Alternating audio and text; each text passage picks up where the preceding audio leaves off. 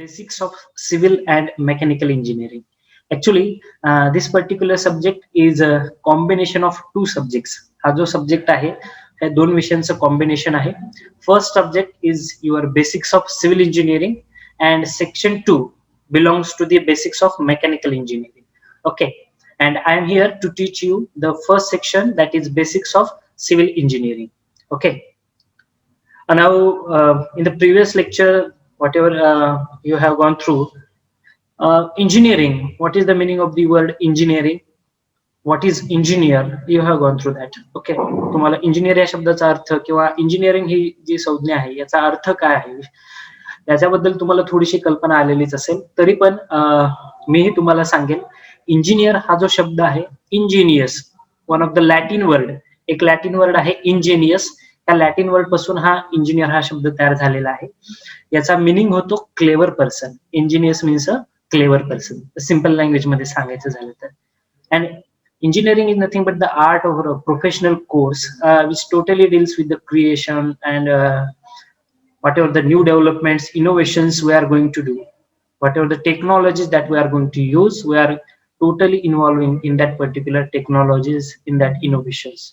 Okay, so before proceeding towards our particular subject, that is basics of civil engineering, हा विषयामध्ये परत एकदा ती सूचना मी रिपीट करतोय. जर काही शंका असल्यास तुम्ही चॅट बॉक्स मध्ये टाकू शकताय, ठीक आहे, किंवा before the end of the lecture 5 मिनिटं आधी तुमच्या ज्या काही डाऊट्स असतील तुम्ही अनम्यूट करून तुम्ही मला विचारू शकताय. ठीक आहे. So basics of civil engineering, यामध्ये ऍक्च्युली सिव्हिल या शब्दाचा अर्थ काय होतो? A civil engineer, let me use the pointer at first, then I will explain you.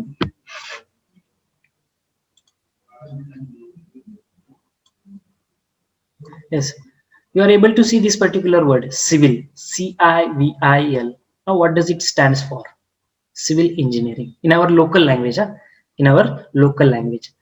C stands for the creation, I stands for the is, V stands for very, I stand for important in, and L stands for life.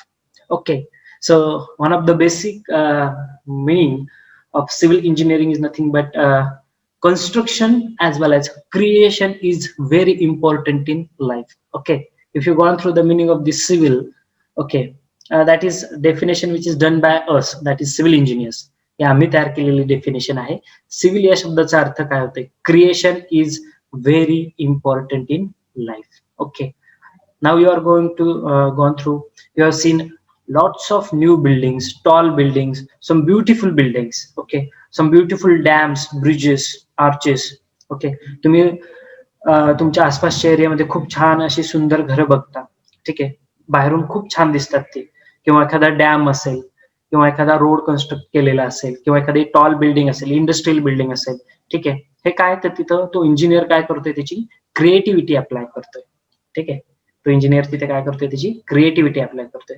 Civil engineering is totally deals with construction sector. Civil engineering is totally deals with the construction sector. जे काही बांधकाम होतात त्या बांधकाम व्यवसाय ज्याला आपण म्हणतो, that is nothing but our civil engineering, स्थापत्य अभियांत्रिकी. Okay, so before proceeding towards our syllabus, we are having 4 hours per week. आपल्याला पर वीक मध्ये 4 तास आहेत. ठीक आहे, theory lectures, practicals 2 hours per week. About teaching scheme I am telling you. In semester examination, ज्याला घटक चाचणी तुम्ही म्हणता, 30 मार्कांची ही घटक चाचणी असेल. ठीक आहे, 3 घटक चाचणी होतील आणि त्यातून हे 30 मार्क तुमचे कॅल्क्युलेट केले जातात. ESE stands for your end semester examination, की जी 70 मार्कांची असणार आहे, विद्यापीठाची परीक्षा. And ICA, that is internal continuous assessment. Internal continuous assessment म्हणजे आपल्या विषयासाठी बेसिक्स ऑफ सिव्हिल इंजिनिअरिंग या सब्जेक्टसाठी जे प्रॅक्टिकल्स आहेत, ठीक आहे, त्याचं जे असेसमेंट केलं जातं, यासाठी हे 25 मार्क्स आहेत. ठीक आहे, की ज्यामध्ये तुमची अटेंडन्स, तुमचा परफॉर्मन्स हा इव्हॅल्युएट केला जातो. ठीक आहे, मग बेसिक्स ऑफ सिव्हिल इंजिनिअरिंग या विषयाची सुरुवात करताना सर्वात महत्वाचा आहे ऑब्जेक्टिव्ह. हा विषय तुम्ही कुठल्या कारणासाठी शिकणार आहात? ठीक आहे, या विषयाचं महत्व काय, त्याचे ऑब्जेक्टिव्ह काय, त्याचा हेतू काय. ठीक आहे. So first objective that we are going to discuss is nothing but to describe the relevance of civil engineering for various applications in different branches of engineering and technology. So what we are going to describe, we are going to describe the relevance. ठीक आहे, की ज्याला आपण साधर्म्य असं म्हणूया. ठीक आहे, civil engineering for various applications in different branches of engineering and technology. आपली ही जी सिव्हिल इंजिनिअरिंग सेक्टर आहे, म्हणजे जे बांधकाम क्षेत्र आहे, हे बांधकाम क्षेत्र मेकॅनिकल इंजिनिअरिंग असेल, इलेक्ट्रॉनिक्स अँड टेलिकम्युनिकेशन इंजिनिअरिंग असेल किंवा कम्प्युटर सायन्स इंजिनिअरिंग असेल, या इतर ब्रांचेसशी कसा जोडला गेलेला आहे. ठीक आहे, यातील साधर्म्य काय, यातला कॉमन पॉइंट्स काय आहेत, किंवा सिव्हिल इंजिनिअरिंगची कुठले ऍप्लिकेशन्स तुम्ही इतर ब्रांचेसमध्ये तुम्ही वापरताय, किंवा त्या ब्रांचेसचे काही ऍप्लिकेशन्स आपल्या सिव्हिल इंजिनिअरिंग सेक्टरमध्ये वापरताय. हा त्याचा पहिला हेतू आहे. सेकंड आहे to enable the students to carry out the simple surveys. ठीक आहे, using traditional and modern instruments. तुम्हाला जर बांधकाम करायचं असेल तर त्यातली पहिली स्टेप जी असते ते असते म्हणजे तुमच्याकडे असणारी जमीन. मग ह्या जमिनीचं मोजमाप करावं लागतं, आपल्याला मोजणी करावी लागते. बरोबर आहे. मग ह्या जमिनीची जी मोजणी करायची असते त्या गोष्टीला म्हटलं जातं सर्वेइंग करणे और सर्वे. ठीक आहे, हा जो शब्द तुम्ही इथे बघताय सर्वे. ठीक आहे, सर्वे म्हणजे काय, तर आपण पडताळणी करतो किंवा आपण त्याची मोजणी करतो, आपल्या सिव्हिल इंजिनिअरिंग लँग्वेज मध्ये बोलायचं झालं तर. ठीक आहे, मग माझी जमीन, माझ्या प्लॉटची रुंदी 30 फूट आहे, माझ्या प्लॉटची लांबी 40 फूट आहे, म्हणजे 1200 स्क्वेअर फुटाचा माझ्याकडे प्लॉट आहे, किंवा 30 × 30 900 स्क्वेअर फुटाचा प्लॉट आहे. ठीक आहे, मग हे काय करताय तुम्ही, त्याची लांबी, त्याची रुंदी किंवा त्याची उंची मोजताय तुमच्या जागेची. मग तुम्हाला घर बांधायचं आहे, एखादी इंडस्ट्रियल बिल्डिंग बांधायची आहे, किंवा तुम्हाला एखादा रस्ता कन्स्ट्रक्ट करायचा आहे, रोड कन्स्ट्रक्ट करायचा आहे, तुम्हाला आधी त्याचे डायमेन्शन्स म्हणजे त्याच्या साइजेस तुम्हाला मेजर करावे लागतात, मोजावे लागतात. मग ही जी मोजणी असते ही तुमच्या सर्वे या सब्जेक्ट मध्ये आपण करत असतो. मग ही मोजणी कशाद्वारे केली जाते, तर त्यासाठी आपण काही साधन वापरतो, मॉडर्न इन्स्ट्रुमेंट्स, ज्याच्यामध्ये रिमोट सेन्सिंग आहे, GIS, it stands for your geographical information system, GPS, it stands for your global positioning system, किंवा ॲटो लेवल आणि टोटल स्टेशन, असे काही साधन आहेत. पुढच्या आपल्या लेक्चर्समध्ये मी ते मला अजून ते इलॉबरेट करेल, इन डिटेल एक्सप्लेन करेल काय आहेत ते. ठीक आहे, मग ही जमिनीची जी मोजणी केली जाते वेगवेगळ्या इन्स्ट्रुमेंट्सद्वारे, तो सेकंड ऑब्जेक्टिव्ह असणार आहे की मोजणी कशा प्रकारे करतात. ठीक आहे, तिसरा ऑब्जेक्टिव्ह आहे to introduce the students to the important concept from environment, water resource, transportation, building elements and green buildings. ठीक आहे, मग आता ह्या काय गोष्टी आहेत, to introduce the students with the concept of environmental engineering. Environmental engineering, water resource engineering, transportation engineering किंवा buildings and green buildings ह्या सिव्हिल इंजिनिअरिंगच्या सब ब्रँचेस आहेत. ठीक आहे, काय आहेत या सिव्हिल इंजिनिअरिंगच्या सब ब्रँचेस किंवा सब डोमेन्स आपण असं म्हणूया त्याला, उपप्रकार. म्हणजे बांधकाम क्षेत्रामध्ये अजून वेगवेगळ्या कुठल्या कॅटेगरी आहेत, कुठले प्रकार आहेत, तर एन्व्हायरमेंटल इंजिनिअरिंग यामध्ये काय केलं जातं, तर आपलं जे पिण्याचं पाणी असतं किंवा जे दूषित पाणी असतं इंडस्ट्रीज मधून सोडलं गेलेलं, त्या पाण्याचे गुणधर्म काय, जसं तुम्हाला पीएच ही एक त्याची क्वालिटी माहिती आहे, प्रॉपर्टी माहिती आहे की आपण पाण्याचं पीएच कॅल्क्युलेट करतोय. ठीक आहे, मग पीएच कॅल्क्युलेट करणे, तसंच पीएच सोबत पाण्यामध्ये अजून इतर काही वेस्ट मटेरियल ऍड आहे का. ठीक आहे, त्यातलं फ्लोराईडचं कंटेंट, क्लोराईडचं कंटेंट, किंवा एन्व्हायरमेंट रिलेटेड अस्पेक्ट्स म्हणजे वॉटर पोल्युशन असेल, नॉईज पोल्युशन असेल, ठीक आहे, तुमचं साऊंड पोल्युशन असेल, किंवा सॉलिड वेस्ट मॅनेजमेंट असेल, जे काही घनकचरा व्यवस्थापनाचा भाग येतो, कचरा व्यवस्थापन थोडक्यामध्ये. ठीक आहे, किंवा त्या एखाद्या कचऱ्यावरती प्रक्रिया करून त्यात वेस्ट मटेरियल पासून बेस्ट मटेरियल तयार करणे. ठीक आहे, मग हा जो काय भाग असतो हा एन्व्हायरमेंटल इंजिनिअरिंग मध्ये येतो. ठीक आहे, ह्या सगळ्या सिव्हिल इंजिनिअरिंगचेच सबडोमेन्स आहेत, हा उपप्रकार ज्याला म्हणूया. ठीक आहे, थोडक्या एका एका शब्दामध्ये मी माहिती सांगतो प्रत्येक शब्दाबद्दल, म्हणजे तुम्हाला आयडिया येईल की आपण सिव्हिल इंजिनिअरिंग मध्ये काय काय शिकणार आहोत. ठीक आहे, एन्व्हायरमेंटल इंजिनिअरिंग पाणी आणि प्रदूषण या दोन गोष्टीशी रिलेट करतात. ठीक आहे, त्याचा अभ्यास करतोय. वॉटर रिसोर्स इंजिनिअरिंग म्हणजेच काय, तर वॉटर रिसोर्स इंजिनिअरिंग मध्ये आपण तुम्ही construction of dams, construction of canals की जिथे पाण्याची साचवणूक केली जाते, त्यानंतर हे पाणी शेतीसाठी म्हणा किंवा पिण्यासाठी म्हणा किंवा इंडस्ट्रियल पर्पज साठी, ठीक आहे, वापरण्यात येतं. मग हे जे काही पाणी आहे त्या पाण्याचा जो अभ्यास केला जातोय, ते जे त्याच्या साठवणीसाठी जे स्ट्रक्चर बांधलं जातं, डॅम असेल, ठीक आहे, धरण, त्याचा जो अभ्यास केला जातो ह्या वॉटर रिसोर्स इंजिनिअरिंग या सब्जेक्ट मध्ये आपण करत असतो. ट्रान्सपोर्टेशन इंजिनिअरिंग मध्ये रोड कन्स्ट्रक्शन बेसिकली हा भाग सगळ्यात महत्वाचा आपण डिस्कस करणार आहोत. बिल्डिंग एलिमेंट्स मध्ये तुमच्या जे बिल्डिंगचे स्ट्रक्चरल एलिमेंट्स जे असतात, म्हणजे ज्याला तुम्ही कॉलम, बीम, स्लॅब, ठीक आहे, या गोष्टी हे शब्द तुम्हाला माहिती आहेत. ठीक आहे, मग कॉलम कसं डिझाईन केलं जातं, ते कसा बांधला जातो, स्लॅब कसा कास्ट केला जातो, किंवा ते कॉन्क्रीट तुम्ही बघितलं असेल त्यासाठी कॉन्क्रीट टाकतात, मग त्याचे गुणधर्म काय, हा सगळा अभ्यास तुमच्या बिल्डिंग एलिमेंट्स मध्ये आपण करणार आहोत. किंवा बिल्डिंग मटेरियल्स, बांधकामामध्ये जे काही आपण साहित्य वापरतो त्याचा अभ्यास. आणि ग्रीन बिल्डिंग्स मध्ये वेस्ट मटेरियल वापरून, ठीक आहे, वेस्ट मटेरियल वापरून जे बांधकाम केलं जातं की ज्याने तुमच्या बांधकामाचा खर्च हा वाचवण्यात येतो आणि प्लस पोल्युशन कमी करण्यासाठी. ठीक आहे, त्याचं उदाहरण सिमेंटच्या ऐवजी आपण फ्लॅश वापरतो. ठीक आहे, म्हणजे जे इंडस्ट्रीमधून जो धूर बाहेर पडत असतो, हा धूर पावडर फॉर्म मध्ये त्या चिमणीमध्ये कलेक्ट केला जातो, जे उंच टॉवर्स तुम्ही बघता.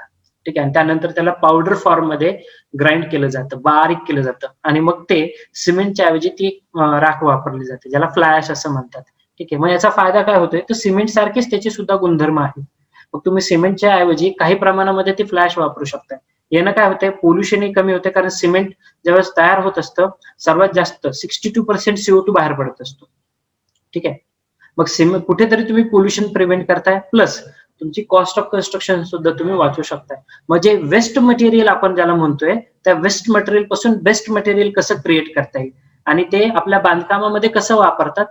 ठीक आहे, याच्या हा संदर्भातला जो अभ्यास राहील तो तुमच्या ग्रीन बिल्डिंग्स मध्ये आपण स्टडी करणार आहोत. ठीक आहे, हे झाले तुमचे ऑब्जेक्टिव्ह. ठीक आहे, या विषया संदर्भातले. Next slide.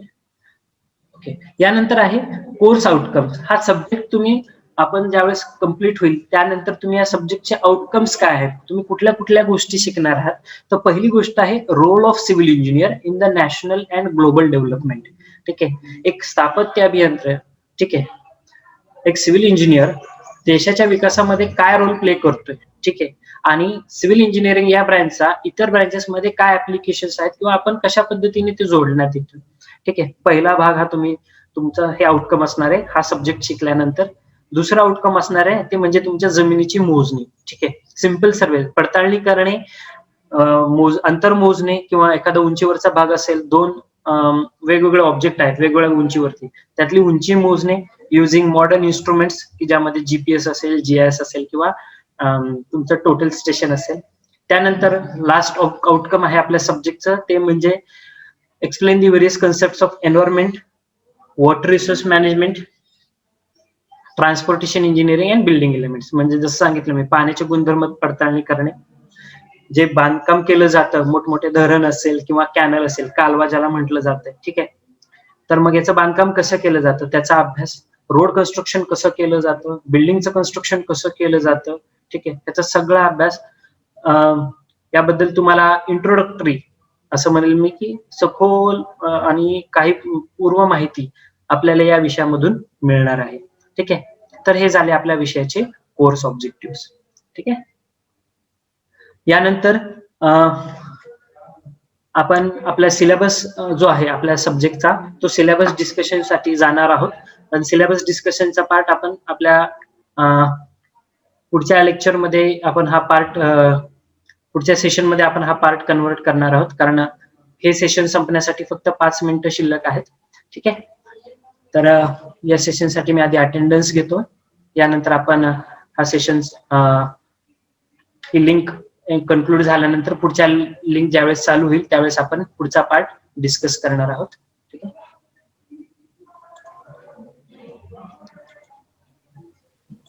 okay, so the point that we are discussing in our previous session is nothing but the principles of load transfer. एखाद्या बिल्डिंगचा जो सेल्फ वेट आहे हा जमिनीतून कसा ट्रान्सफर केला जातो, की जेणेकरून ती बिल्डिंग 30 वर्ष, 10 वर्ष, 20 वर्ष म्हणा त्या जागी बरोबर विथस्टँड करते. ठीक आहे, हा पार्ट लोड ट्रान्सफरचा आपण बघणार आहोत. आणि त्यानंतर आहे प्रिन्सिपल्स ऑफ प्लॅनिंग. जसं मी सांगत होतो तुम्हाला की कुठलंही बांधकाम करत असताना तुम्हाला काही नियमावली फॉलो करावी लागते त्या बांधकामासाठी. ठीक आहे, जी राज्य सरकारने आता आपल्या महाराष्ट्र राज्यामध्ये राज्य सरकारने एक नवीन बांधकाम नियमावली तयार केलेली आहे गेल्या 10 ते 15 दिवसांपूर्वी. ठीक आहे. मग त्या बांधकाम नियमावलीनुसार, नियमावली म्हणजेच काय, तर काही नियम, काही रूल्स अँड रेग्युलेशन्स त्यांनी लावून दिलेले आहेत, की बांधकाम कशा पद्धतीने करणं अपेक्षित असणार आहे.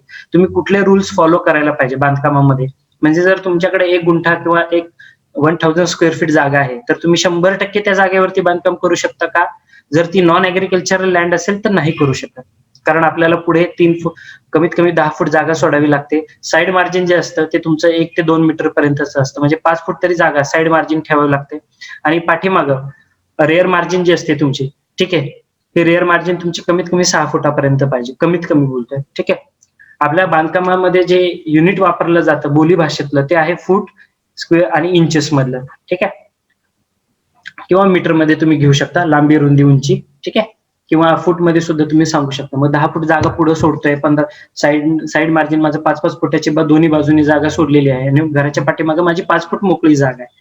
ही नियमानुसार आपल्याला ठेवावी लागते जर नॉन ऍग्रिकल्चरल लँड असेल. ठीक आहे. मग हे नियम कोण ठरवतंय? तर तिथली नगर परिषद असेल, नगरपालिका असेल, महानगरपालिका असेल, पीडब्ल्यूडी असेल, जे कुठलं कन्सर्न गव्हर्नमेंट ऑथॉरिटी असेल ते, आणि त्यानुसारच तुम्हाला तुमचा प्लॅन तयार करावा लागतो. ठीक आहे. मग ते प्लॅन तयार करत असताना किचन कुठल्या बाजूनी पाहिजे, हॉल कुठल्या बाजूनी पाहिजे, ठीक आहे, तुमच्या बेडरूमची पोझिशन काय असली पाहिजे. तर यासाठी प्रिन्सिपल्स ऑफ प्लॅनिंग आपण फॉलो करतो. बिल्डिंग बायोलॉजीला म्हणूया आपण. ठीक आहे. तो भाग तुमच्या लास्ट हाफ, हा जो आपला 3rd युनिट आहे, याच्या लास्ट हाफ मध्ये आपण हा पार्ट शिकणार आहोत. आणि युनिट नंबर 4 मध्ये जनरली आपण ज्या आपल्या सिव्हिल इंजिनिअरिंगचे जे सब डोमेन्स आहेत, like environmental engineering, water resource engineering, ठीक आहे, किंवा हायवेज, रोडवेज, ज्याचं कन्स्ट्रक्शन केलं जातं. एन्व्हायरमेंटल इंजिनिअरिंग मध्ये वॉटर ट्रीटमेंट सिस्टीम, ठीक आहे, जलशुद्धीकरण केंद्र म्हणजे नेमकं काय असतं, पाण्यावरती कुठली कुठली प्रक्रिया करून पाण्याला शुद्ध केलं जातं. त्यानंतर घनकचरा व्यवस्थापन, सॉलिड वेस्ट मॅनेजमेंट कशा पद्धतीने केलं जातं. ठीक आहे. डॅम्स, किंवा तुमचे स्टोरेज रिझर्व्हायर जे आहेत, ठीक आहे, म्हणजे तुमचं डॅम असेल, धरण असेल किंवा कालवा असेल, त्याचं बांधकाम कशा पद्धतीने करतात, कुठल्या बेसिसवरती त्याचं बांधकाम केलेलं असतं. ठीक आहे. रोड कन्स्ट्रक्शन मध्ये रोडवेज असेल, रेल्वेज असतील, ब्रिजेस असतील किंवा टनेल्स असतील. ठीक आहे. डॉक्स असेल, हार्बर असेल. आता डॉक्स आणि हार्बर हा शब्द कदाचित तुमच्यासाठी नवीन असेल. ठीक आहे. टनेल म्हणजे बोगदा, जे तुम्ही बघितलं असेल एखादा पुणे मुंबई जर तुम्ही जात असताय तर तुम्ही बोगद्यातून रस्त्याचा काही भाग हा एखाद्या डोंगरातून जागीच गेलेला असतो. मग त्या डोंगरातून त्यांनी काय केलेलं असतं, बोगदा तयार केलेला असतो. ठीक आहे. किंवा डॉक्स अँड हार्बर्स म्हणजेच काय, तर जे आपली जलवाहतूक असते पाण्याद्वारे, ठीक आहे, की ज्यामध्ये तुम्ही शिप किंवा जहाज नाही तुम्ही प्रवास करत असता. मग हे जहाज पार्क करण्यासाठी एक जी जागा असते, ठीक आहे, जहाज जिथे पार्क केलं जातं त्याला हार्बर्स असं म्हटलं जातं. ठीक आहे. जिथं जलवाहतूक असते, जलवाहतुकीद्वारे तुमचा व्यापार हा केला जातो. ठीक आहे. आणि जिथे जहाजांची रिपेअरिंग किंवा त्याचं मेंटेनन्स वर्क केलं जातं तो असतो तुमचा डॉक सेक्शन, की जिथे तुमच्या जहाजांच्या पुनर्बांधणी म्हणा किंवा त्यातलं काही रिपेअर आणि मेंटेनन्स काम असेल तर. ठीक आहे. आणि त्यानंतर शेवटचा जो भाग आहे तो आहे इंटेलिजंट ट्रान्सपोर्ट सिस्टीम, म्हणजे दळणवळण जे साधन आहेत, बेसिकली आपलं रोडवेज, त्यानंतर एअरवेज, वॉटरवेज. ठीक आहे. हे जे आपले 3 मेन सोर्सेस आहेत, रेल्वेज, रोडवेज, वॉटरवेज आणि एअरवेज, हे जे मेन 4 सोर्सेस आहेत आपले मोड्स ऑफ ट्रान्सपोर्टेशन ज्याला म्हणूया आपण. ठीक आहे. तर ह्या 4 मोड्स ऑफ ट्रान्सपोर्टेशन मध्ये आधुनिकता काय काय आहे, ठीक आहे, आता मॉडर्नायझेशन काय काय झालेलं आहे, याचा जो अभ्यास आहे तो सगळा अभ्यास आपण लास्ट हाफ मध्ये करणार आहोत. ठीक आहे. तर एकंदरीत आपल्याला 4 युनिट्स आहेत फर्स्ट, आणि 4 युनिटचं जर टोटल बघताल हे 50 मार्कांसाठी आहे. म्हणजे आपला बेसिक्स ऑफ सिव्हिल इंजिनिअरिंग हा फर्स्ट सेक्शन जो आहे हा 50 मार्कांसाठी असणार आहे, आणि तुमचा राहिलेला जो सेक्शन 2 आहे बेसिक्स ऑफ मेकॅनिकल इंजिनिअरिंग हा 50 मार्कांसाठी असणार आहे. ठीक आहे. यामध्ये जर काही कुणाला शंका असल्यास तुम्ही चॅट बॉक्स मध्ये टाकू शकताय. ठीक आहे. म्हणजे आपण मग पुढचा पार्ट आपण कंटिन्यू करूया. ओके.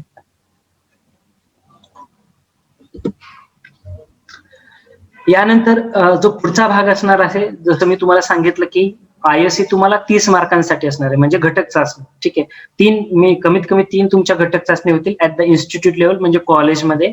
ठीक आहे. आणि 30 पैकी मार्क असणार आहेत. मग त्यानुसार 3 घटक चाचणींची जी ऍव्हरेज होईल तुमची, त्यावरती तुमचे ते 30 मार्क अवलंबले असतील. आणि इंटरनल कंटिन्युअस असेसमेंट की ज्याच्यासाठी तुम्हाला 25 मार्क आहेत. ठीक आहे, जस्ट अ मिनिट.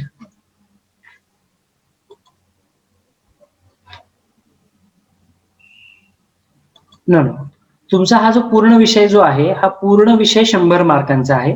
त्यामध्ये बेसिक्स ऑफ सिव्हिल इंजिनिअरिंग हा 50 साठी असेल आणि बेसिक्स ऑफ मेकॅनिकल इंजिनिअरिंग हा भाग तुमचा 50 मार्कांसाठी असणार. ठीक आहे, मग तुमचं जी घटक चाचणी जी होती ही 30 मार्कांची होते. ठीक आहे, मग सिव्हिलचे 30, सिव्हिलमध्ये पडलेले 30, त्यानंतर बेसिक्स ऑफ मेकॅनिकल इंजिनिअरिंग यामध्ये पडलेले मार्क्स, हे सगळे मार्क्स करून शेवटी फायनल ते 30 पैकी मध्ये कन्वर्ट केले जातात. ठीक आहे, नाहीतर तुम्ही म्हणताल नाही सर हा 50 मार्कांचा आहे, मग आयएससी जर 30 मार्कांची असेल तर मग 20 मार्कांसाठी तुमच्या विद्यापीठाची परीक्षा होईल का? तर नाही. विद्यापीठाची परीक्षा ही 70 मार्कांचीच असेल, परंतु ही 70 मार्कांची परीक्षा कॉम्बिनेशन असणार आहे. म्हणजे त्यात सिव्हिलचेही प्रश्न असतील आणि मेकॅनिकलचेही प्रश्न असतील. ठीक आहे, एकत्रच असणार आहेत ते सिव्हिल आणि मेकॅनिकलचे. ठीक आहे, आपण आता टीचिंग करताना फक्त बेसिक्स ऑफ सिव्हिल इंजिनिअरिंग जो पहिला भाग आहे ते सिव्हिल इंजिनिअरिंग फॅकल्टी म्हणजे मीच तुम्हाला टीच करणार आहे, आणि बेसिक्स ऑफ मेकॅनिकल इंजिनिअरिंग हा जो भाग असणार आहे ते मेकॅनिकलचे टीचर्स, मेकॅनिकल इंजिनिअरिंग डिपार्टमेंटचे टीचर्स तुम्हाला टीच करतील. ओके, हा, प्रॅक्टिकल संदर्भात बोलायचं झालं तर आपल्या सिव्हिल इंजिनिअरिंग साठी जे प्रॅक्टिकल्स आहेत टोटल 8 आहेत. 8 पैकी आपल्याला 6 प्रॅक्टिकल्स परफॉर्म करायचे आहेत. याबद्दलही मी थोडक्यामध्ये माहिती सांगतो. पहिलं जे प्रॅक्टिकल आहे आपलं measurement of horizontal distances and offsetting. ठीक आहे, म्हणजे जमिनीची मोजणी, एखाद्या जमिनीची मोजणी तुम्ही कसं करताय आणि त्याच्यासाठी ऑफसेट कसा टाकताय. ऑफसेट म्हणजे ती जमिनीची मोजमाप करण्यासाठी जी अॅक्युरेसी जी लागते, थोडक्यामध्ये कुठला तरी मध्ये कुठेतरी झाड आलेलं असतं. ठीक आहे, मोजणी करत असताना मग हे तुम्ही रिमूव्ह कसं करणार आहात, कारण ते एक ऑब्स्ट्रक्शन झालं, एक प्रकारे एक अडथळा आहे. ठीक आहे, मग ते मोजणी कशी केली जाते, मेजरमेंट ऑफ हॉरिझॉन्टल डिस्टन्सेस पहिलं प्रॅक्टिकल आहे. दुसरं आहे study and use of dumpy level auto level for the determination of difference in इलेव्हेशन्स.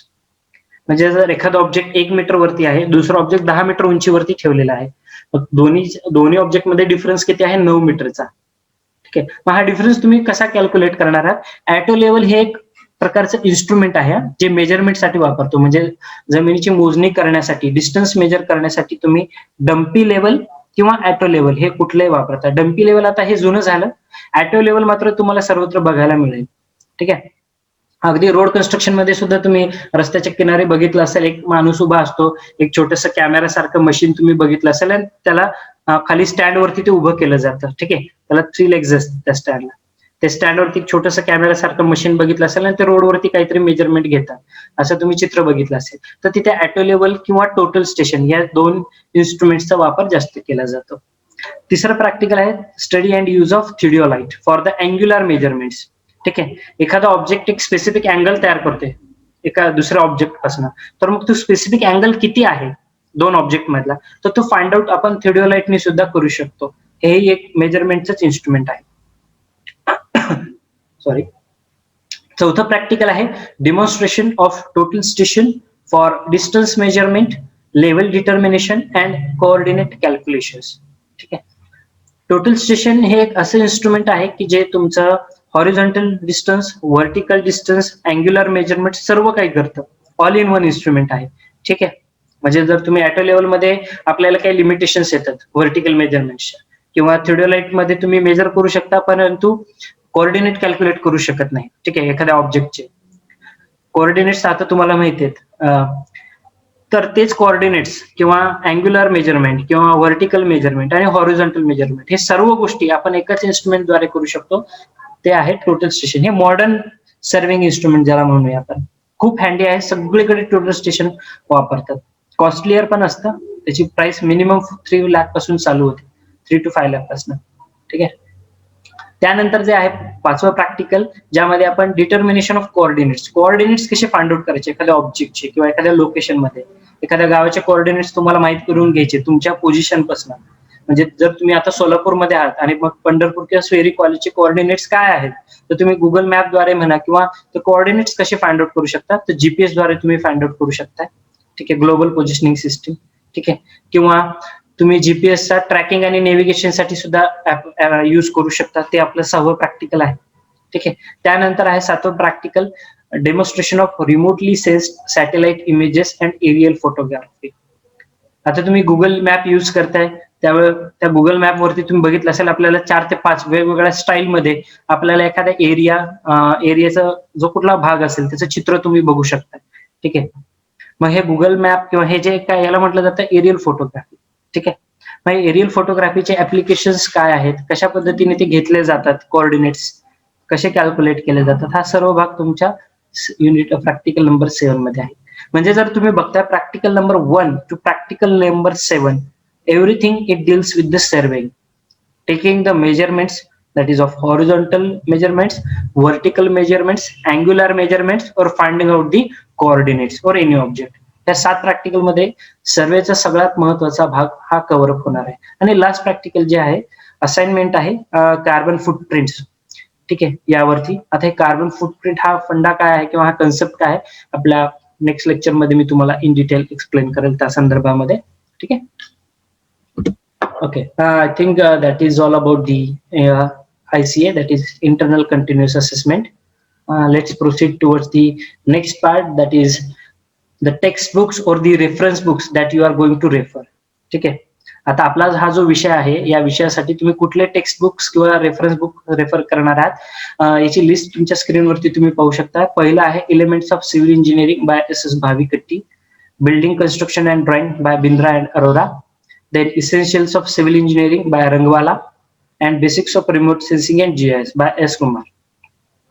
Reference books: Manual on Green Buildings, that is by Koletkar, then Construction Technology, then Mamluk and Zanevsky, that is Civil Engineering Construction and Material. Okay. हे जे text books आहेत किंवा यातले काही reference books आपल्या लायब्ररीमध्ये abundant क्वांटिटीमध्ये available आहेत, किंवा ह्या जे टेक्स्ट बुक आहे यातल्या एलिमेंट्स ऑफ सिव्हिल इंजिनिअरिंग याची सॉफ्ट कॉपी सुद्धा आहे. आता आपल्या विषयासाठी ज्या नोट्स असतील, MCQs असतील, PPTs असतील, आपले तुमच्या क्लासची एक स्टडी मटेरियलची लिंक तुमचे वर्ग शिक्षकांनी तयार केलेली आहे, ज्यामध्ये तुम्ही जर एखादं लेक्चर मिस केलेलं असेल तर ते लेक्चरही तुम्ही बघू शकताय, किंवा तुमच्या सब्जेक्ट जो काही सब्जेक्ट असेल त्यातला स्टडी मटेरियल, त्या chapter wise notes, chapter wise MCQs, chapter wise university question, previous year questions, हे तुम्ही त्या लिंक द्वारे बघू शकता. ठीक आहे. ते तुम्हाला कन्व्हे करतील तुमचे वर्ग शिक्षक येत्या काही दिवसांमध्ये. येस, येत्या काही दिवसांमध्ये ते तुम्हाला कन्व्हे करतील. ठीक आहे. ओके. यानंतरचा जो पार्ट असेल हा directly we are going to start our chapter number 1 or unit number 1, that is Introduction to Civil Engineering. आता before proceeding towards the chapter, if any student is having any doubt, you can put it in the chat box or you can unmute and you can talk. I will give the liberty. Yes, now you can unmute yourself. At one time only one student will ask the question, or you can put it in the chat box also.